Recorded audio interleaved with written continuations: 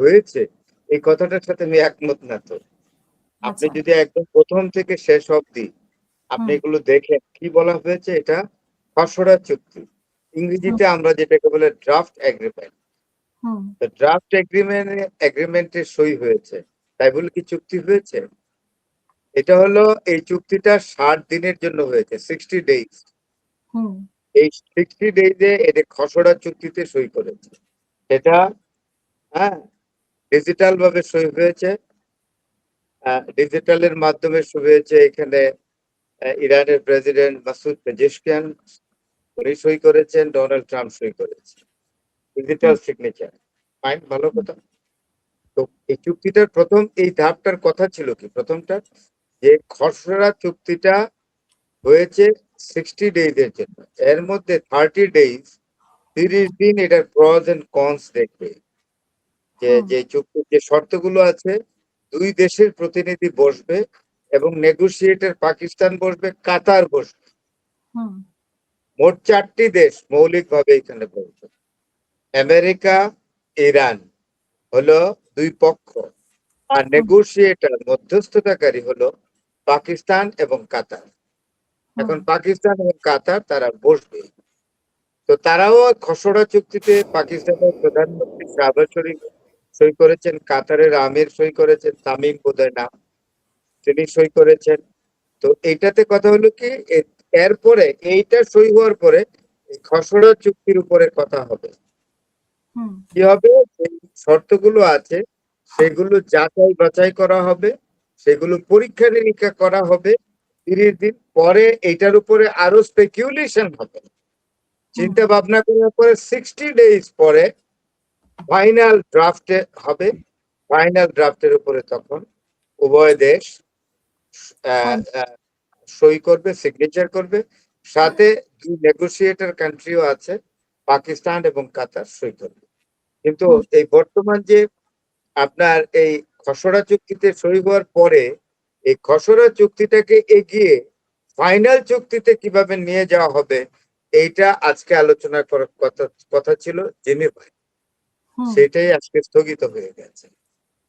হুম, পরিষ্কার ভাবে কথাগুলো বুঝতে হবে। অনেকেই, অনেক মিডিয়ার লোকরা অনেক উৎফুল্ল হয়েছেন, অনেক উল্লসিত হয়েছেন, তারা উল্লাস প্রকাশ করেছেন, বা চুক্তি একটা হয়ে গেল।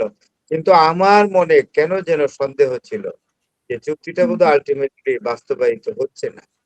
হুম, দেখেন, এটা আজকে জেনেভাতে তারা একটা সিরিয়াস টকসে যাবে। কে বসবে? ইরানের প্রতিনিধি বসবে, আমেরিকার প্রতিনিধি যাবে, নেগোসিয়েটার্সদের প্রতিনিধি সেখান থেকে ইসাকদার যাওয়ার কথা ছিল, hmm, foreign minister, as well as the deputy prime minister, এবং কাতারের আমির যাওয়ার কথা ছিল, তামিম। তো আমার কথা হলো, কেউই তো গেল না, হুম, তাহলে স্থগিত হয়ে গেল। এখন আমাকে আপনি প্রশ্ন করতে পারেন, তাহলে কেন স্থগিত হয়ে গেল? এর উত্তরটা হবে এই, যে আজকে বসবে বলেই দুটো ঘটনা ঘটেছে।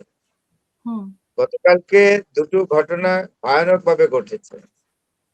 একটি হলো ইসরায়েল মানে বেপরোয়া আক্রমণ করেছে দক্ষিণ লেবানন। লেবাননে, এবং 11টি শহর তছনছ করে ফেলছে। এর মধ্যে 3টি শহরে প্রচুর আক্রমণ করেছে, যার ফলে 24 জন লোক মারা গেছে। হুম, হুম, 24 জন লোক মারা গেছে, 3টা শহরে ব্যাপক আক্রমণ। 11টা শহর এই আক্রমণের আওতায় এসছে, এলো এক। দুই হুম, নম্বর হলো, হঠাৎ করে ইউক্রেন রাশিয়ার রাজধানী মস্কোর উপরে বেপরোয়া ড্রোন হামলা করেছে। সেখানে হুম, কয়েকটা সিভিল বিল্ডিং, অর্থাৎ বেসামরিক লোক বসবাস করে আবাসিক ভবন একদম ঘুরিয়ে ফেলেছে। তাহলে হঠাৎ করে ইউক্রেনের শরীরে এরকম পাখা কেন গজাইলো, আমরা কি বুঝি না? এখানে হুম, লেজে কুকুর নাড়ায় নাই, কুকুরে লেজ নাড়ছে। আমরা হুম, বুঝি। আমেরিকায় এবং ইসরায়েল মিলে বলে দিয়েছে ইউক্রেনকে যে হুম। মস্কোর উপর একটা ভয়ঙ্কর আক্রমণ করো। তাহলে এখানে এবং আমেরিকা কঠিন খেলা খেলতেছে, তাই তো? বুঝে, এটা তো আর বুঝার বাকি আছে, আমি কিন্তু সবটা বুঝাই বললাম। কেন ইউক্রেনের এই সময় রাশিয়ার মস্কোতে আক্রমণ করা হলো জানেন? রাশিয়ার রাজধানীতে মস্কোতে আক্রমণ করার বিষয়টি খুবই গুরুত্বপূর্ণ। এখানে একটি হলো, এটা বিশ্বযুদ্ধ ঘোষণার মতো।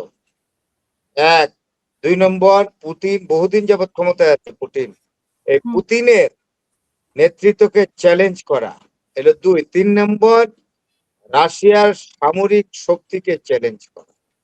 হুম, যারা জিওপলিটিক্স বুঝেন তারা এই কথাগুলো তাদের মাথায় আসবে, এই কথা আমি যেটা বললাম, এই হুম, এই আক্রমণ। তাহলে রাশিয়ার সামরিক শক্তিকে এখানে ইউক্রেনকে দিয়ে চ্যালেঞ্জ করানো করবে, এই তো জেলেনস্কিকে দিয়ে।